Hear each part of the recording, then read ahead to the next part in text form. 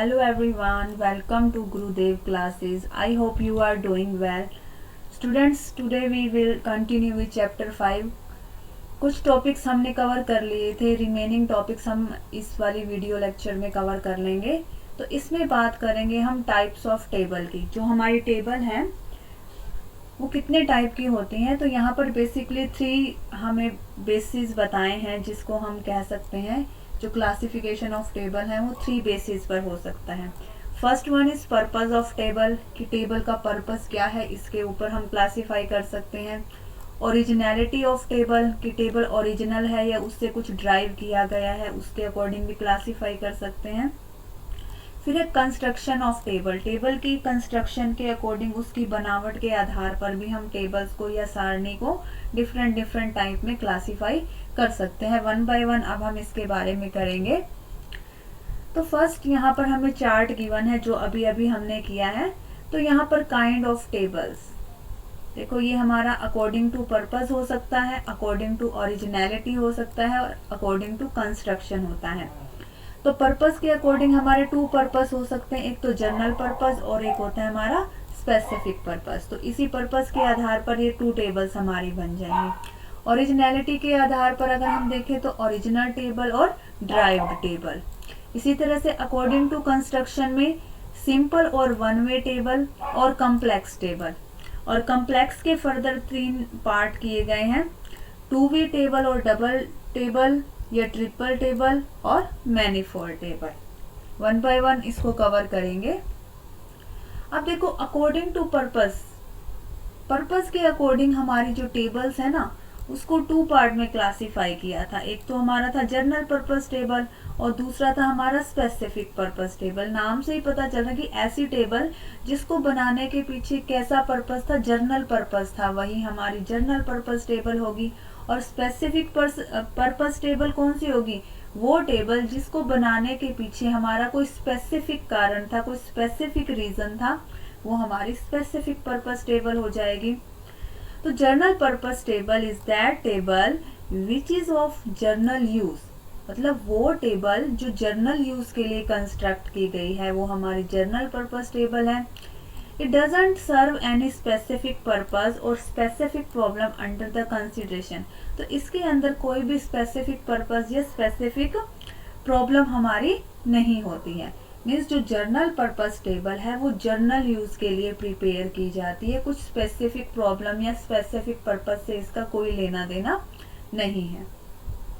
Next, special purpose table is that table which is prepared with the some specific purpose in mind, यानी कि जो हमारी विशेष उद्देश्य वाली जो टेबल है वो कौन सी टेबल होती है, जो स्पेशल पर्पस को ध्यान में रखकर प्रिपेयर की जाती है, वही हमारी स्पेशल पर्पस टेबल मानी जाती है।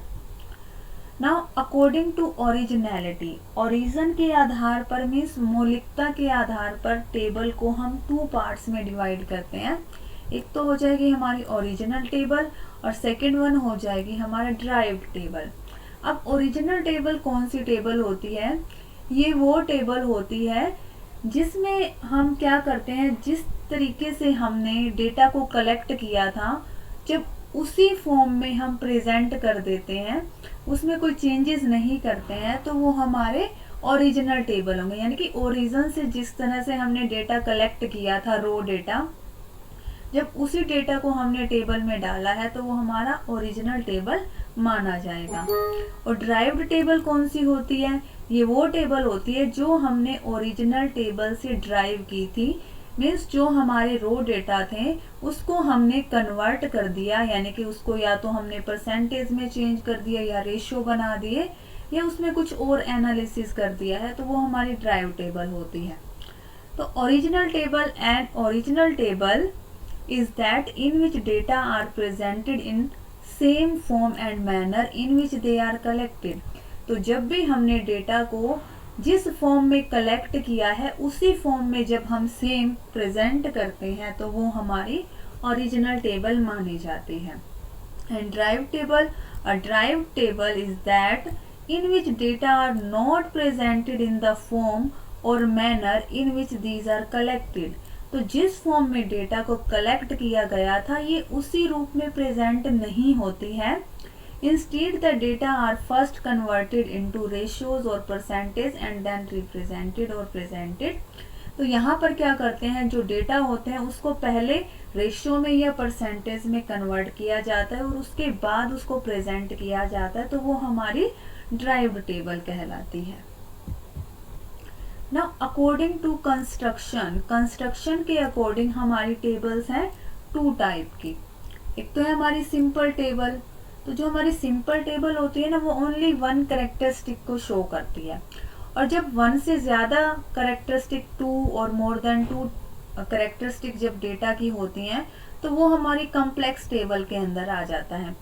और फर्दर कॉम्प्लेक्स टेबल को हमने 3 पार्ट्स में क्लासीफाई किया है, 2 वे टेबल और 3 वे टेबल, इसको ट्रिपल भी बोल देते हैं, और फिर मैनीफोल्ड टेबल। अब देखो सिंपल टेबल क्या होगी, सिंपल टेबल वो टेबल होगी जो डेटा की केवल एक ही करेक्टरिस्टिक को प्रेजेंट करती है, उससे ज्यादा करेक्टरिस्टिक उसमें नहीं दिखते हैं।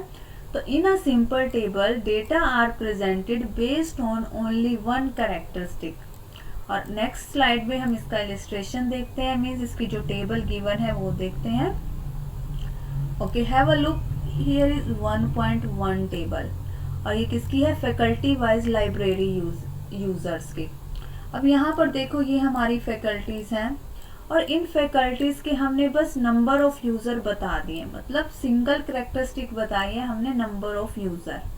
तो ये हमारी क्या मानी जाएगी, सिंपल टेबल मानी जाएगी, क्योंकि इसमें हमने एक ही करेक्टरिस्टिक को शो किया है।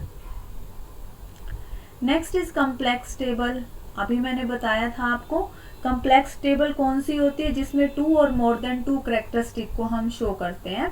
तो in a complex table data are presented according to 2 और मोर करेक्टरिस्टिक साइमल्टेनियसली, यानी कि एक साथ जब 2 या 2 से ज्यादा करेक्टरिस्टिक को हम शो करते हैं एक टेबल के अंदर, तो वो हमारी कॉम्प्लेक्स टेबल मानी जाती है।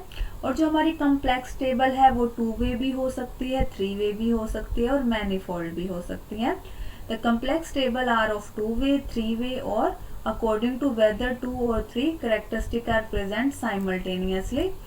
तो यहाँ पर वही दे रखा है, डबल और 2 वे, 3 वे एंड मैनीफोल्ड, और जो मैनीफोल्ड है उसको हाई ऑर्डर टेबल भी बोल देते हैं।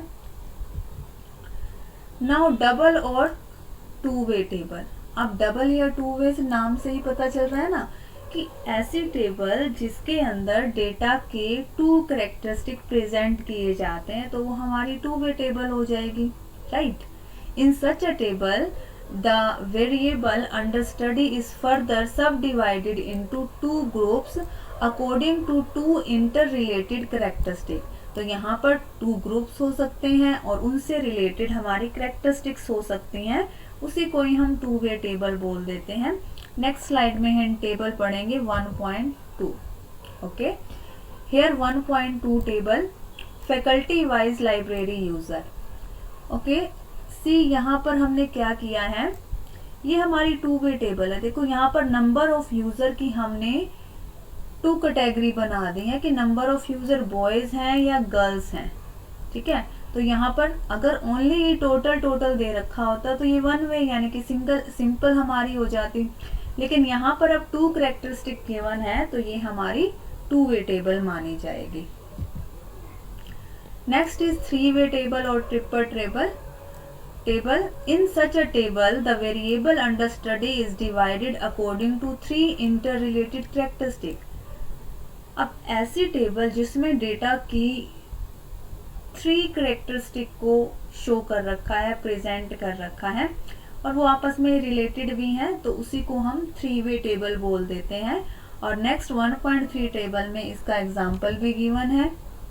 Here is the example table 1.3 faculty wise library user. अब यहाँ पर देखो हमने बॉयज और गर्ल्स को तो लिया ही था, ये तो हमारा 2 वे था।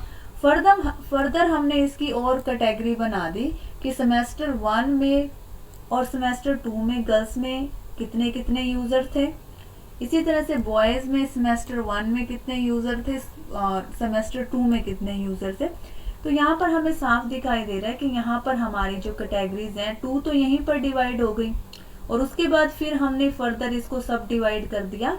तो इससे पता चल रहा है ये हमारी 3 वे टेबल है। Now manifold table. अब मैनीफोल्ड टेबल कौन सी होगी? जब 3 से ज्यादा, ठीक है, करेक्टरिस्टिक को रिप्रेजेंट कर रही हो कोई टेबल, 3 हो सकती है, 4 हो सकती है। तो such tables provide information about the large number of inter related characteristic in the data set. तो जो भी हमारा डेटा है उसके अंदर जो हमारी करेक्टरिस्टिक है इंटर रिलेटेड है, लेकिन वो 3 से ज्यादा हो रही हैं, लार्ज नंबर में आ रही हैं, तो वो हमारा मैनीफोल्ड करेक्टरिस्टिक मैनीफोल्ड टेबल माना जाएगा। इसको हाई ऑर्डर टेबल भी बोलेंगे। और इसको 1.4 यानी कि नेक्स्ट स्लाइड में इसका एग्जांपल गिवन है, हियर इट इज 1.4। सी यहाँ पर क्या गिवन है? बीए फर्स्ट की और बीए सेकंड की, एक कैटेगरी तो ये हो गई। उसके बाद फिर इसको हमने फर्दर क्लासिफाई कर दिया बॉयज और गर्ल्स में, तो यहाँ पर 2 वे भी हो गया। उसके बाद फिर हमने इनको सेमेस्टर वाइज भी कर दिया, बॉयज के 1 और 2 सेमेस्टर, गर्ल्स के भी 1 और 2 सेमेस्टर। लाइकवाइज बॉयज के इधर भी बीए सेकेंड ईयर के और गर्ल्स में भी बीए सेकेंड ईयर, बॉयज और गर्ल्स दोनों के दोनों सेमेस्टर। तो ये हमारी क्या होती है? ये मैनीफोल्ड टेबल है। Okay guys, this was all about for today. I hope ये लेक्चर आपको समझ में आया होगा। And if you have any doubt, you can put comment in comment section. I will sort your query. Thank you so much. Keep learning. Stay healthy.